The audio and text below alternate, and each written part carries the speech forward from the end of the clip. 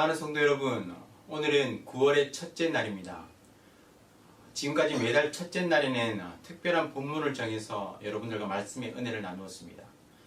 그런데 매일 성경의 본문 순서상 오늘부터 갈라디아서 말씀을 시작하더라고요. 갈라디아서 첫 시간이다 보니 전체 말씀에 대한 큰 그림을 그릴 필요가 있다는 생각이 들었습니다. 또 그 안에서 또 우리에게 주시는 은혜가 있다고 생각해서 또 그 순서에 맞게 말씀을 준비했습니다. 비록 짧은 시간이지만 이 말씀을 통해서 우리를 향한 하나님의 뜻을 깨닫고 또 그 뜻에 순종하며 살아가는 저와 여러분 되시기를 주님의 이름으로 축원합니다. 여러분들 잘 아시듯이 갈라디아 교회는 바울이 1차 전도 여행 중에 설립한 교회입니다. 바울은 어딜 가나 복음을 전파하며 예수 그리스도를 믿는 믿음만이 구원 얻는 유일한 길이라는 것을 선포했습니다. 갈라디아 교회 역시 바울이 전한 복음을 열정적으로 받아들였어요. 그리고 그 당시 만연했던 우상 숭배에서 돌이켜 하나님 한 분만을 예배하게 되었습니다. 하지만 바울이 갈라디아를 떠난 지 얼마 되지 않아서 거짓 선생들이 갈라디아 교회에 들어오기 시작했습니다. 자신들을 예루살렘 교회의 대표라고 소개하면서 바울이 전한 복음이 불완전하다고 가르친 거예요. 반쪽짜리 복음이라고 주장하면서 완벽한 구원을 위해서는 믿음 외에 할례와 율법도 반드시 지켜야 한다라고 주장한 것이죠. 그리고 그들은 바울의 사도성의 의문을 제기했습니다. 바울이 과연 사도가 맞냐는 거예요. 이러한 거짓 선생들의 가르침에 갈라디아 교회의 교인들은 그 믿음이 심각하게 흔들렸습니다. 그렇지 않겠습니까? 여러분이 굳게 믿고 있는 사실이 있는데 여러 가지 증거를 들이대면서 당신은 반쪽만 알고 있다. 이것이 진짜다 라고 말하면 흔들리는 거예요. 구원 얻기 위해서 믿음뿐만 아니라 할례도 받아야 되고 율법도 지켜야 되는 것 아닌가 하는 그런 의견들이 곳곳에서 터져나오기 시작했습니다. 이 문제로 인해서 갈라디아 교회 안에 다툼과 갈등이 일어나게 된 거예요. 이 소식을 들은 바울은 안타까운 마음에서 편지를 씁니다. 이 편지가 바로 오늘 본문 갈라디아서인 것이죠. 오늘 우리가 읽은 본문은 갈라디아서의 서론입니다. 편지 글이기 때문에 그 당시 편지의 형식을 따라서 글을 기록하고 있어요. 편지를 보내는 사람과 또 받는 사람, 그리고 인사말이 나오는데요. 바울은 보내는 사람인 자신과 또 자신의 인사말에 상당한 부연 설명을 덧붙이고 있습니다. 이를 통해서 바울이 무엇을 강조하고자 하는지 알 수 있죠. 1절 한번 보세요. 사람들에게서 난 것도 아니요 사람으로 말미암은 것도 아니요 오직 예수 그리스도와 그를 죽은 자 가운데서 살리신 하나님 아버지로 말미암아 사도된 바울은, 여러분 무엇에 대한 말씀입니까? 바울 자신의 사도권에 대한 말씀이에요. 앞에서 이것도 아니요 저것도 아니요 이 말이 반복되고 있죠. 요즘은 우리 모두가 성경책을 가지고 눈으로 읽지만 그 당시에는 한 사람이 대표로 말씀을 낭독하고 회중들은 듣는 것이 대부분이었습니다. 그래서 이런 반복되는 표현, 이것도 아니요 저것도 아니요 이런 반복되는 문구는 귀에 팍팍 박히는 수사 기법이었어요. 사람들에게서 난 것도 아니요 사람으로 말미암은 것도 아니다. 간단히 말하면 사람의 권위가 아니라 예수 그리스도의 권위, 하나님 아버지의 권위에 의해서 사도가 되었다는 것입니다. 편지를 시작하면서 제일 먼저 이것을 말했어요. 바울이 자신의 사도권을 이토록 강조한 이유가 무엇일까요? 사도라는 타이틀 때문입니까? 자존심 때문인가요? 아니에요. 바울은 사도직 그 자체가 아니라 사도권에서 나오는 복음의 권위를 강조한 것입니다. 자신이 전한 복음이 자신의 말이 아니라 하나님의 말씀이라는 권위를 강조한 거예요. 그렇기 때문에 누구도 바꿀 수 없는 것이죠. 8절에서 뭐라고 말씀합니까? 우리나 혹은 하늘로부터 온 천사라도 우리가 너희에게 전한 복음 외에 다른 복음을 전하면 저주를 받을지어다. 9절에도 이 말씀이 반복되고 있습니다. 다른 복음을 전하면 저주를 받을 것이다. 그만큼 바울은 경계하고 주의하라는 거예요. 진리의 복음에서 벗어나 다른 복음, 거짓된 가르침에 빠지지 않도록 주의하라는 것입니다. 비단 그 갈라디아 교회에만 해당되는 이야기일까요? 오늘날 우리는 종교다원주의 시대를 살아가고 있습니다. 구원받는 길이 오직 기독교에만 있는 것이 아니라 다른 종교를 통해서도 가능하다고 주장하는 것이 종교다원주의입니다. 꼭 예수 그리스도를 통해서만이 아니라 알라나 부처나 다른 방법을 통해서도 구원받을 수 있다는 것이죠. 올라가는 길은 다르지만 그 종착지는 같다고 주장하는 것입니다. 과학이 발전하면 발전할수록, 인간의 이성과 지식이 발전하면 발전할수록 우리는 다른 복음이 활개치는 것을 볼 수 있습니다. 과학을 신봉하는 거예요. 인간의 이성에 최고의 가치를 두며 인간 자체에 소망을 두는 것이죠.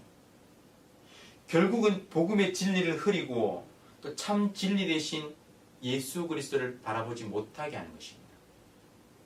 결국 가랑비에 옷 젖는 줄 모르고 다른 복음에 젖어드는 거예요. 바울은 지금 그것을 강력하게 경계하고 있는 것입니다.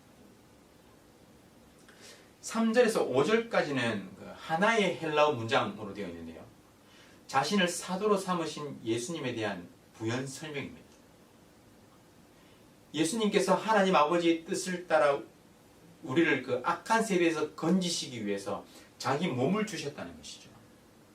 그래서 하나님 아버지와 예수 그리스도께서 주시는 은혜와 평강, 그것을 기원합니다.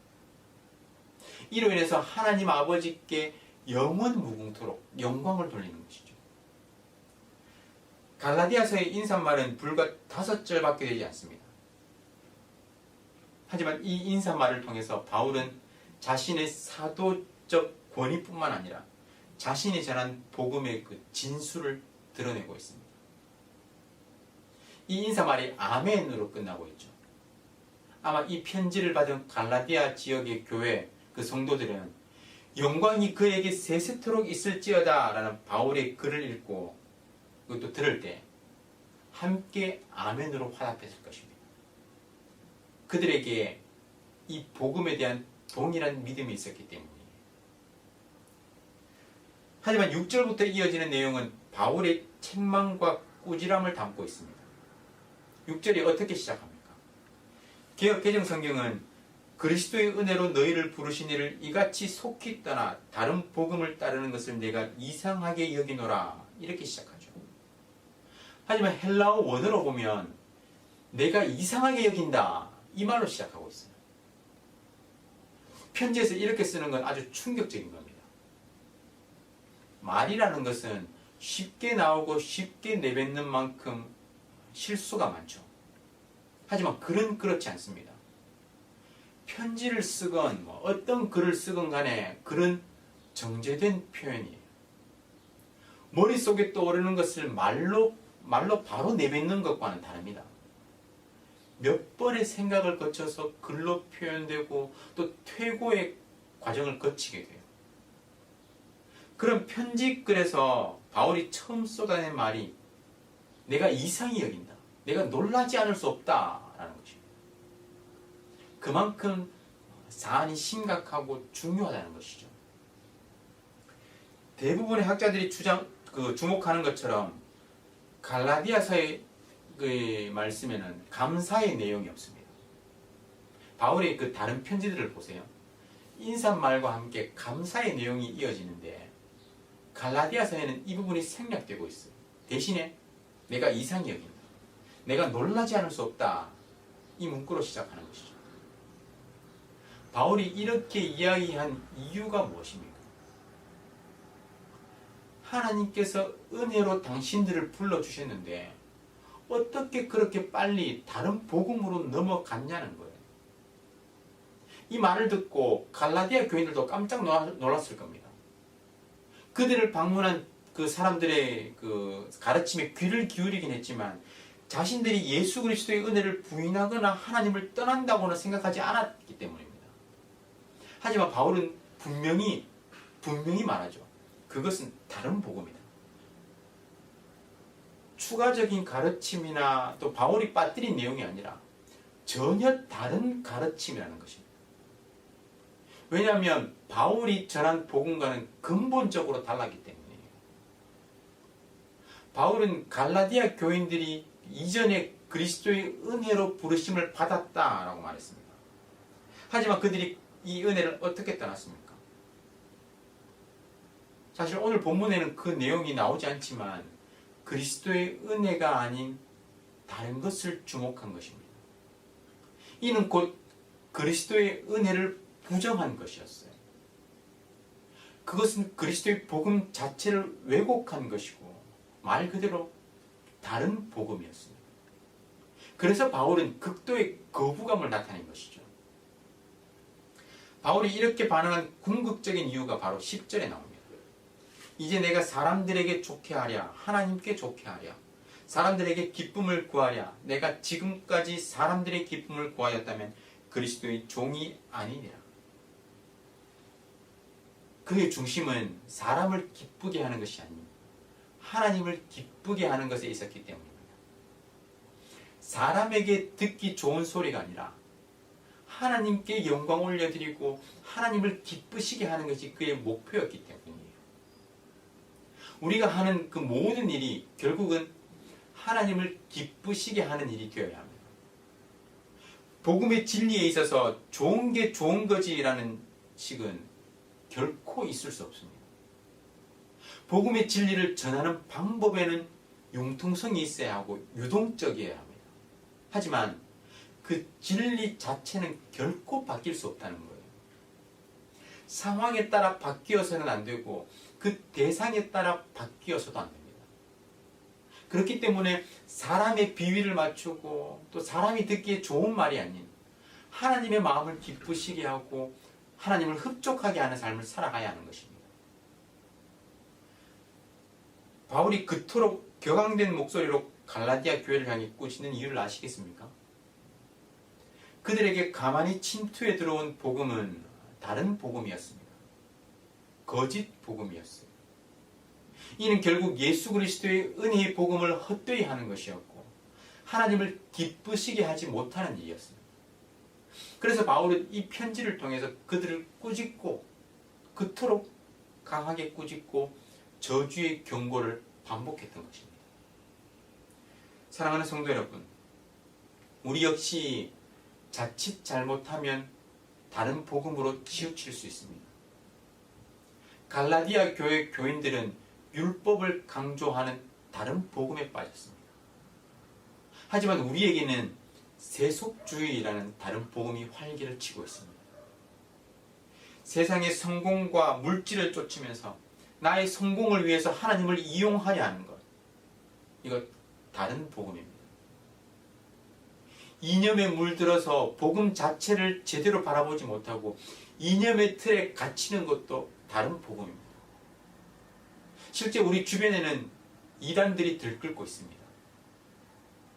가만히 들어와서 우리를 미혹해 하고 우리를 다른 복음으로 이끌어가고자 하는 것이죠.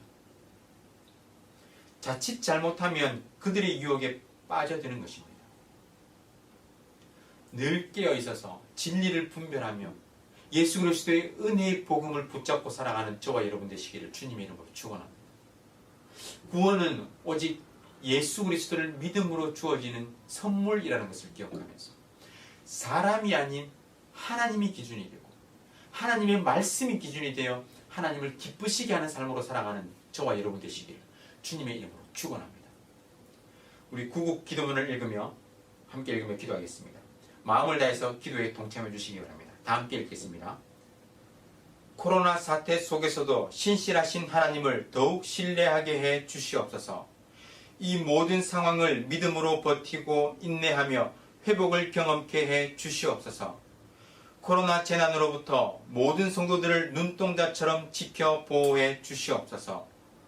코로나19가 베트남과 대한민국과 세계에서 속히 지나가게 해 주시옵소서. 모든 가족과 함께 마음과 정성을 다해 하나님께 예배드리게 해 주시옵소서. 모든 성도가 경성에서 회개하고 의로운 삶의 열매를 맺게 해 주시옵소서.